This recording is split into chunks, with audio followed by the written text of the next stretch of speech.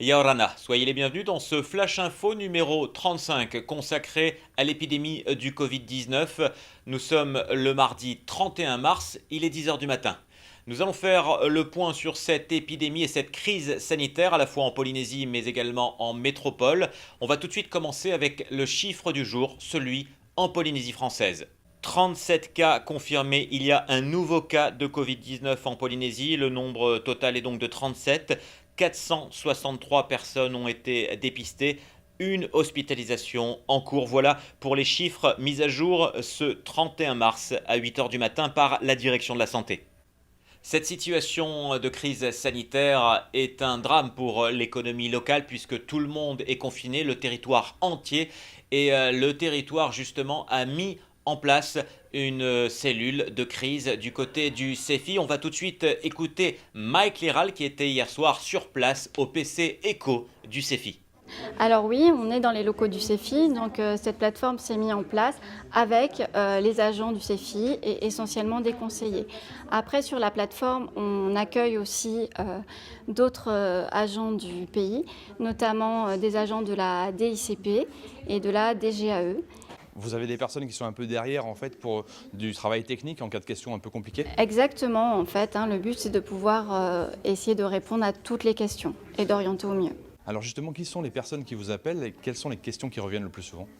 Alors, les personnes qui nous appellent appartiennent à différents champs. Alors, on a aussi bien des salariés qui s'inquiètent pour leur emploi, des chefs d'entreprise qui sont obligés d'arrêter leur activité, des personnes patentées, des personnes aussi en recherche d'emploi, puisqu'on est le CEFI et on assure aussi des stages et des formations.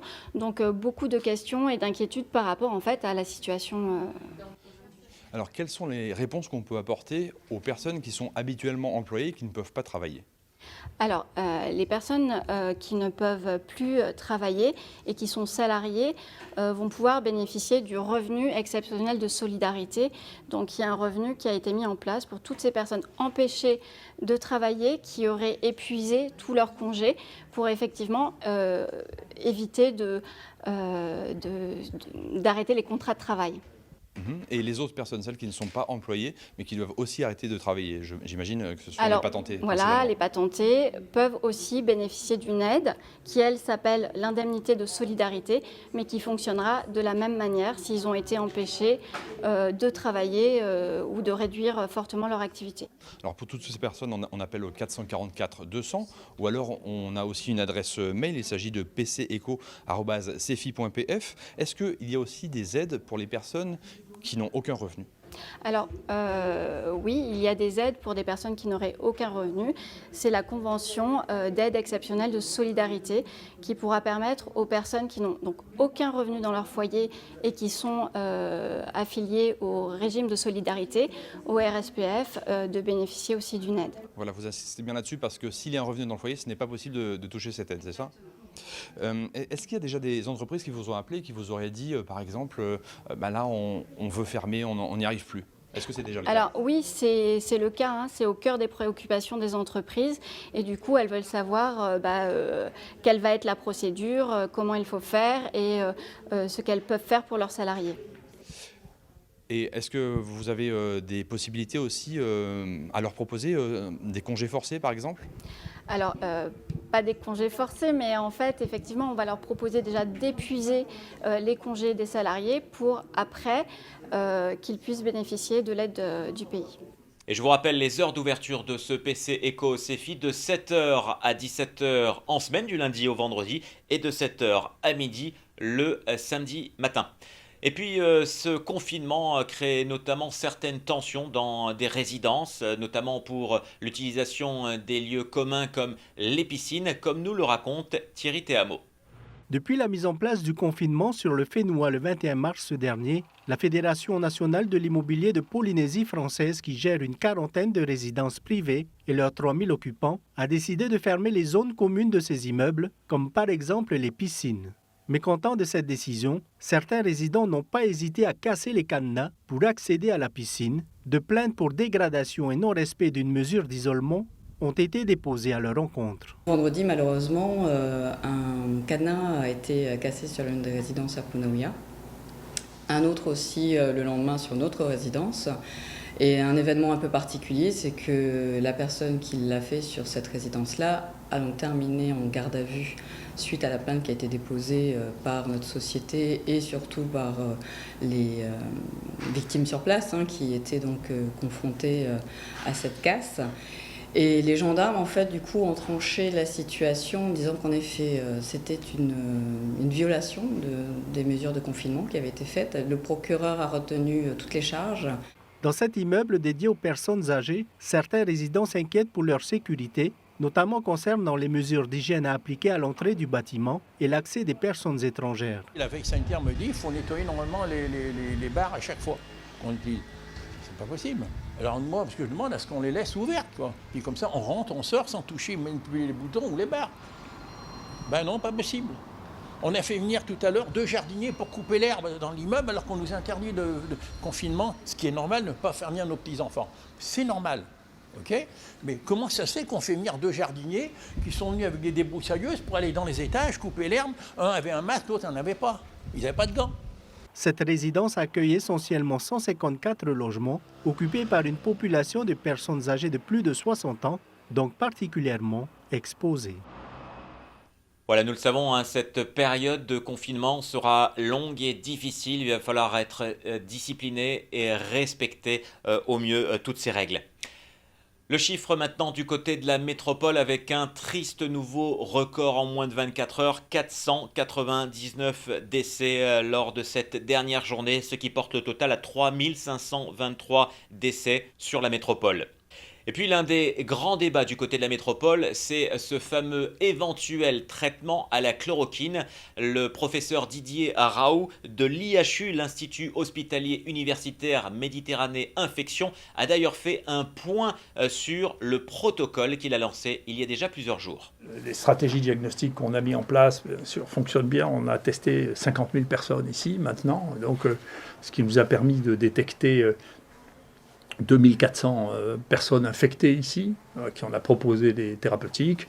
Nous avons maintenant du recul sur à peu près 1 millier de personnes qui ont reçu le traitement chloroquine plus azithromycine. Les choses se sont très bien passées. Nous avons eu à déplorer un décès qui était un homme de 84 ans. C'est tout pour l'instant. Donc après 3 jours de traitement, ce qui nous permet de commencer à avoir une véritable évaluation.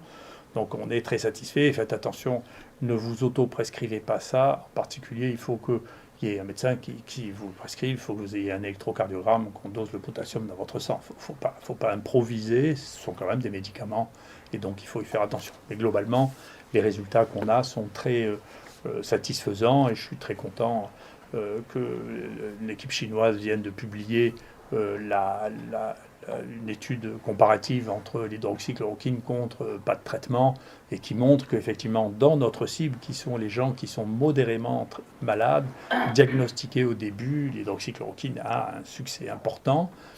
Il faut faire attention, quand il est trop tard, c'est-à-dire au moment où les gens sont en réanimation, quand ils ont des syndromes de détresse respiratoire, quand on est obligé de les intuber, en réalité, ça n'est plus l'heure des antiviraux.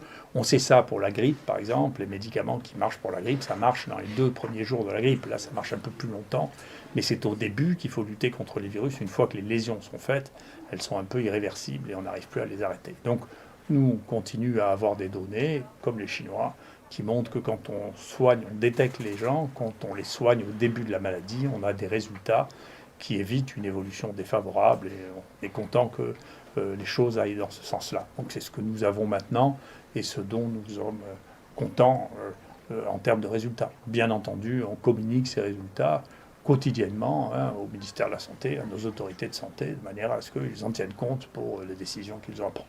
Des chiffres en tout cas prometteurs, on ne manquera pas de continuer à vous informer sur ce grand débat qui règne du côté de la métropole et même dans le monde entier sur cette chloroquine. On va terminer sur une note un peu plus légère avec ces petites photos de Brian qui s'est amusé à déguiser une partie de son habitat et plus précisément les toilettes. On découvre ça en images.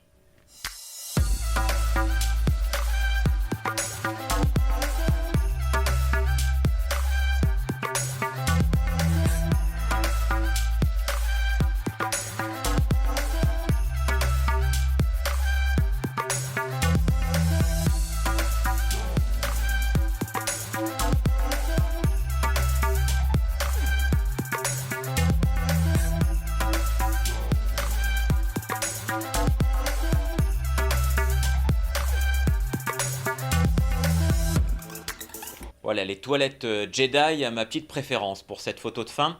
On en termine pour ce flash info de la matinée. Je vous rappelle les règles barrières, les mouchoirs à usage unique, on se lave les mains plusieurs fois par jour, on éternue dans son coude si on doit le faire et surtout on évite tous les contacts. Enfin, restez chez vous pour sauver des vies, c'est le message important pour lutter contre cette épidémie. À 10h45, vous retrouverez un live avec Mike Léral et Thierry sur la situation économique avec de nouvelles mesures. On se retrouvera à midi et à 13h pour les flashs de la mi-journée. Et puis cet après-midi, le point presse du côté de la cellule de crise. En attendant, prenez soin de vous et à très bientôt.